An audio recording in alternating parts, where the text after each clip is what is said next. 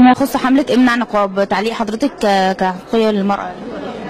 انا رايي انه الدين الاسلامي واضح وصريح وما فيهوش نقاب، وان النقاب تم استغلاله ليه ان ناس كتيره ارهابيه وحراميه وحاجات كده بتتعمل.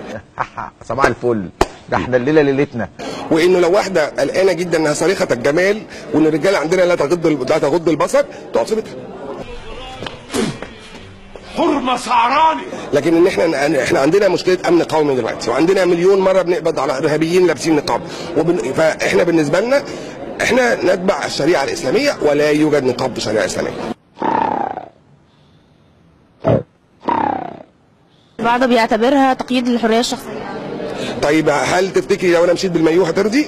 لا، البيت ده طاهر وهيفضل طول عمره طاهر. يمه المطهر 7 مرات 7 مرات 7 مرات.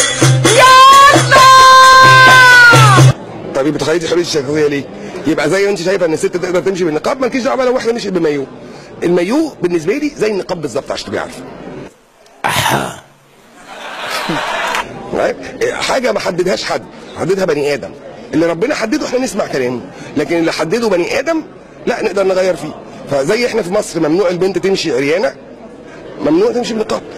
ده فيه اساءه لتقاليدنا وده فيه خوف على امننا القومي. قسما بعزة جلال الله لو انت مراتي لخلي فراش الزوجيه بتاعك حصيره وقله ميه، واقعد اشخر لك ليل ونهار بسبب وبدون سبب، ولو خرجت هجيب لك شخاره بالكهرباء.